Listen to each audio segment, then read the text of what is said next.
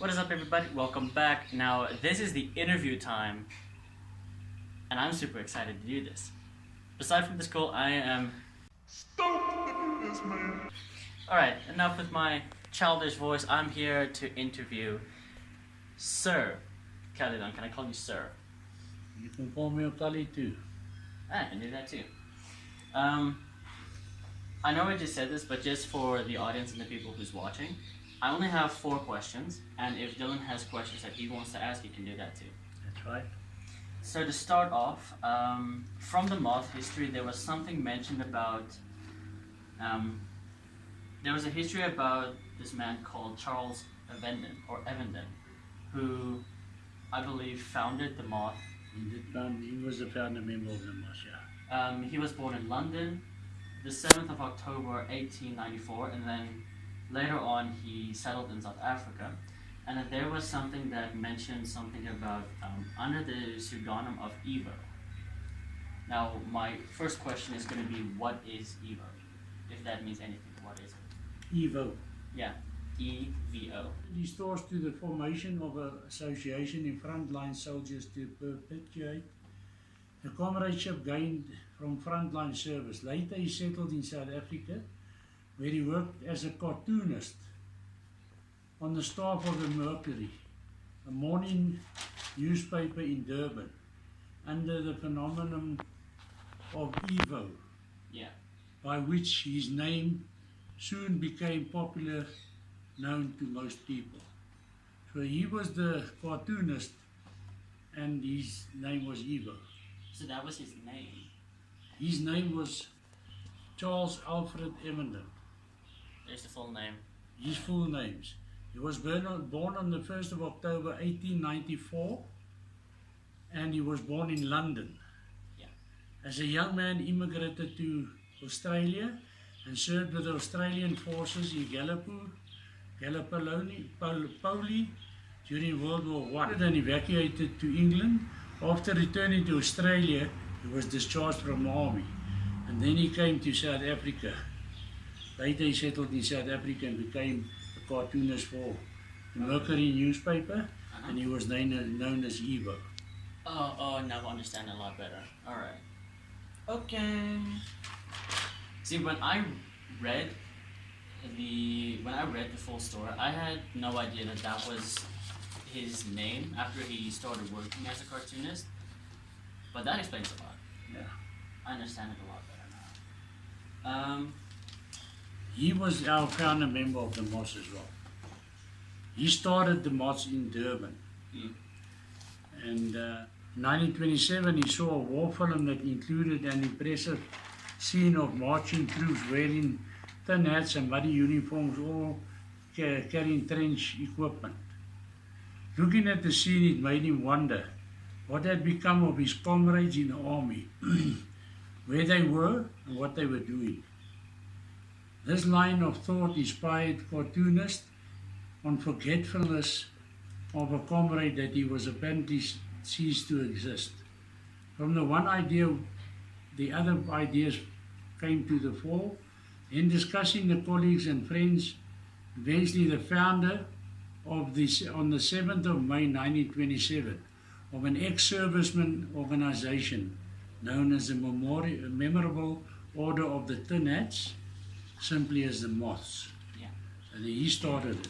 And there were 3 ideals: true comradeship, by practicing frontline friendship and in civilian life; mutual help, by the acknowledgement, the personal and collective obligation to help each other as in frontline service; and then sound memory, by remembering the fallen as a living companionship to save their memory in practical actions which rise above divisions in social status, race or politics.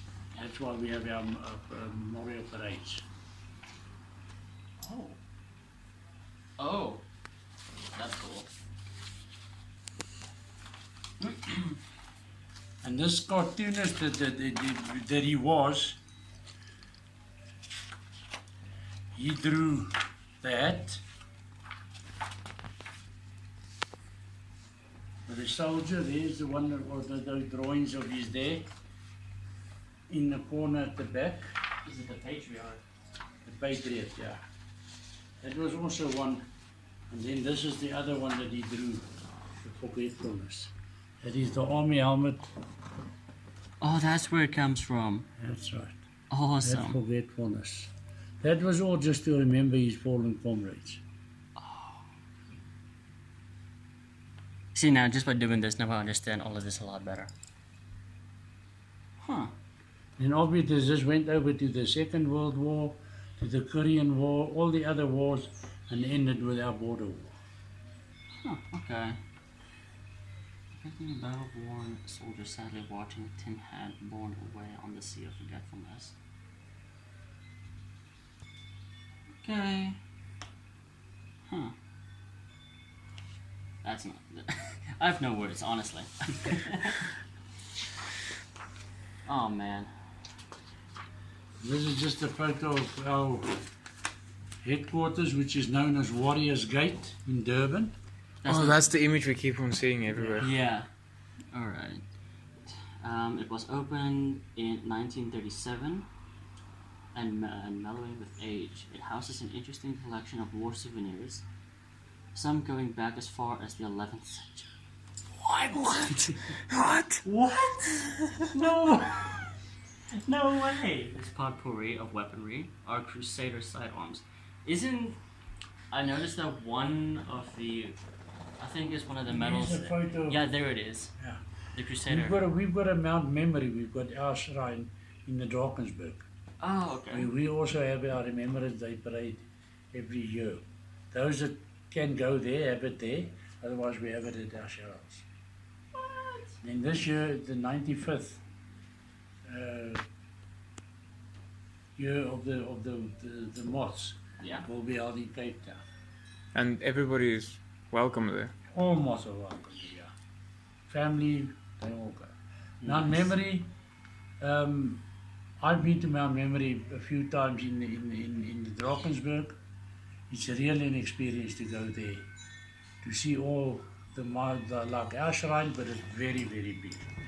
That is where most of our, when some of our guys pass away, we fill in a form, we put their particulars, and their names go up in the Drakensberg. Very, very interesting. To Durban, to our GHQ, which is our general headquarters, this at Warriors Gate, is really, really an unbelievable experience. The amount of memorabilia that they got there is unreal. Really, you can't believe that there is so much in that building of the history of war. It's very, very interesting. We should visit that. We should. Really, very. I make a point of it every year when I'm on leave. I don't. I just go there just to be. You feel part of it. Yeah. Just to go through and see all the uniforms, all the memorabilia is really, really an experience. Very, very so much. No freaking way. No, I don't know how to go on. Alright, there was an observation post website that I found, and it showed every war that I think the Moth has been a part of. And one of which that we got confused because we didn't know whether South Africa was with Korea in the Korean War or were they against Korea, because there were mentions of some South Africans dying in the Vietnam War, if I got that right. Yeah, there were Korean war heroes, but they died in the Vietnam War. Yeah, the Vietnam War, with most of our people fought with America. Okay. And it's in the same as in the Korean War. So a lot of our guys went and fought there. A lot of our guys were also mercenaries of Mike Hall. One of our shallow members sits in that wheelchair there. He's lost his leg due to sugar. He was one of Mike Hall's mercenaries in the Congo. Talking about the early 60s. You can't remember that very much lately, but I mean, he's 84 years old. he was with my dad in the RDLI, which is the Royal Durban Light Infantry, in 1952. So they've been friends since those years. My dad passed away 4 years ago. So, yeah, this old man has got a lot of experience. Yeah. A lot of history, a lot of memories, a lot of things he can share with us. But yes, we did fight. A lot of our soldiers did fight, our people did fight in the Korean War, but they were against The Vietnam. Vietnam, yeah. Okay. So I think this one might hit a little bit home because I was in Woden at the time. There was a Moth Club there that did burn down. What I don't know how to ask this question, but like, what happens when a Moth Club burns down? That's the general question. When a what? When a Moth Club burns down, like when it's destroyed, what happens? The premises. Yes. Well, it's basically the premises that gets destroyed when it burns down. So, Is there out something? of a personal perspective, how does it feel? What happens when a Moth Club burns down or gets destroyed by anybody? Because Well, I say. know. We had not myself, but we had moths here that come from the ex-Rhodesia, from Zimbabwe, where their place was burned down by the government. They were having a meeting, and the guys walked in, took everything, their flags and everything, threw it outside and burnt it. Because they said they were organizing a rebellion against the current government, which was never, we moths. Yeah. And then they had to go and have meetings at people's houses because they weren't allowed to have meetings there. And when he came over here, he left everything there. He had a business, a farm, and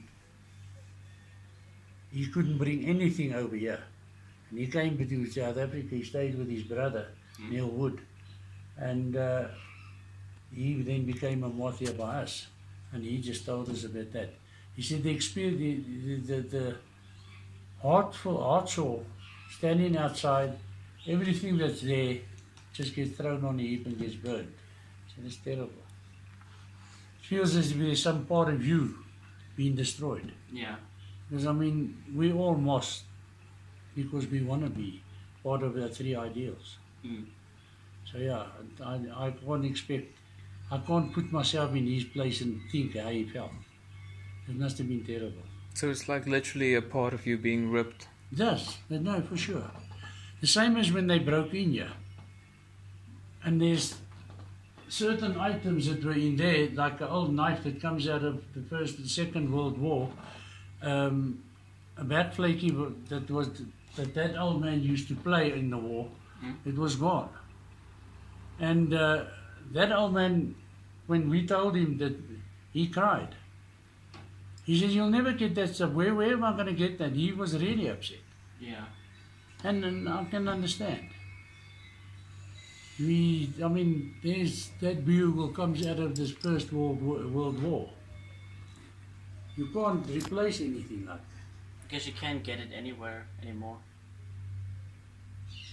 And that ship clocks there, the Sergeant Major, there his photo is there, George Marshall. Is it this one? No, that clock's in the middle. Yeah. And there, George Marshall there, his ashes were put with the sea. He took that down on the ship that was sunk by the Germans in the Second World War. Oh, okay. And that is what and they put it up there. So how were you going to ever replace that? You can't.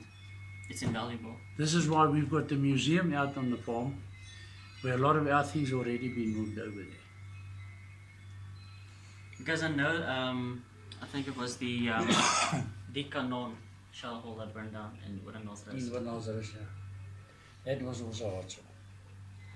It was burned down, and all the amount of rifles, then everything was licensed, and everything was they had the clearance certificates, everything, bayonets, rifles, were all against the walls in boxes like these were.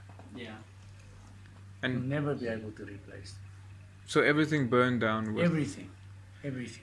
That's gotta be bad. that's valuable things that Very, very. Can't be replaced at all. You know, there were some of those guys that had their grandfather's German medals Mm. in the shallow. The swastika flag and things like that. You don't get them anymore. The swastika? Yeah, and that was gone. No. So The these Gestapo flag, items that the guys, their grandfathers were on the German side in the war. They were put in that shallow. You'll never replace that. No, there's no way. So it is also. I saw big men crying when they told us about this. We went through. I saw big men, old men, Yeah. crying out of what could they have done? They couldn't do anything. And they were so hard-sore. No, het is aard so goed. Yeah. Maar yeah, you'll never replace it. no, it doesn't. And that is a fact. It's unreal. Now they went and built a building, and there's nothing in the building. It doesn't necessarily have to be valued with money, but it has a memory value Absolutely. on it. Yes. Yeah, it's hard, so it really is. Mm. The last question is the positions, the old bill, in English you call it an adjutant.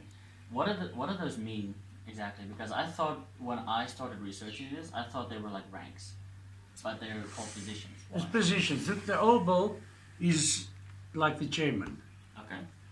But we called the old bill because that's what they we used to call the elderly guy, he's the old bill. So he's the chairman. Mm-hmm. The deputy old bill or the wee bill is the vice chairman. The pay bill is the treasurer, and your adjutant is your secretary. Oh, okay, that makes sense. That, That makes a lot that of makes sense. A lot of sense. Then you've got your sentry. He's in Afrikaans, he's a deurwag. He sees that nobody enters there that not allowed in to come into a meeting. So he's in charge of the door. Yeah. Then you've got your sergeant major sitting here that gets the people to attention, there's him seat, he opens the shrine. That's a sergeant major's job.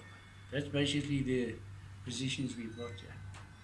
Then we've got the wet bill, which is the guy that looks after the bar. He sees that the stock's there and he looks after the bar, they call the wet bill. Mm. So that's basically, it's just call him the barman. That's what it's all about. No, it's just the position that they, and these names come from the army days. All right. Yeah. Oh man. Just a lot of history that you cannot replace at all. Some of these things actually they hit hard. Especially we weren't part of it, but No. hearing it, it's like we are basically reliving what you lived through, but it's not as intense for us as it. No, Yes, it that's was. true. This is why the moths are really dying out. The last guys that qualified to be moths were the guys that saw active service on the border. Mm. The last of those guys is my son is one of them. He was in the army in '92. Yeah. After that, there was nothing. And now we had to change our constitution to a friend of the shallow. If you're a friend of the shallow and you're actively part of fundraising, part of the shallow's doings, then you can qualify to be a friend of the shallow. After a year, you can qualify to be a friend of the moth. Oh. Then after another year, then you can qualify to become a moth. This is how we can get the organization still carrying on, and we can get our children that grew up with the moths interested. Not all of them are, but there's a lot of guys that are. So this is one way of us. We had a referendum where we had to vote for that, and this is what was the outcome. So this is one way of because we're not going to be here for another 100 years. I don't know if we're going to be here for another 10 years. But then it's a young because most of us, the active guys that were on the border, we all in the late 60s, 70s. So we're on the downhill. So it's up to the youngsters to get it. But they were not interested. They didn't see frontline service. They didn't have that camaraderie that we used to have. The trust in the guy behind you and the guy behind you and the guy in front of you. That you knew you put your life is in his hands. Yeah. He makes a mistake, you gone. To walk into an ambush or that's the way we trusted each other. Yeah. And we used to live like this. We used to sleep next to each other in the veld, in the camps. We used to eat, live each other. The time that you were on the border, we were like this. And we still, today, be friends like that. The comradeship amongst ourselves here is really something to see. Something you'll see on the some of the old men, you'll see tears running down. Especially when the last post plays. I myself, still today, when I'm in the last post place, I cry. Because I think, you know, my friends didn't come home. Yeah. It's really, yeah. It's hard. That's very. And then there's a lot of the widows that also come to this, and then you see them, and there's only half of them. The hubby's not there. Our comrade is not there. It's a hard sort of thing. But this is what keeps us going. Yeah. It really does. Ja, het raakt me alweer uit. Ja. Okay, let's... Yeah. Well, I asked all the questions I wanted to ask, and I'm satisfied. Yeah, I asked my questions in between, so...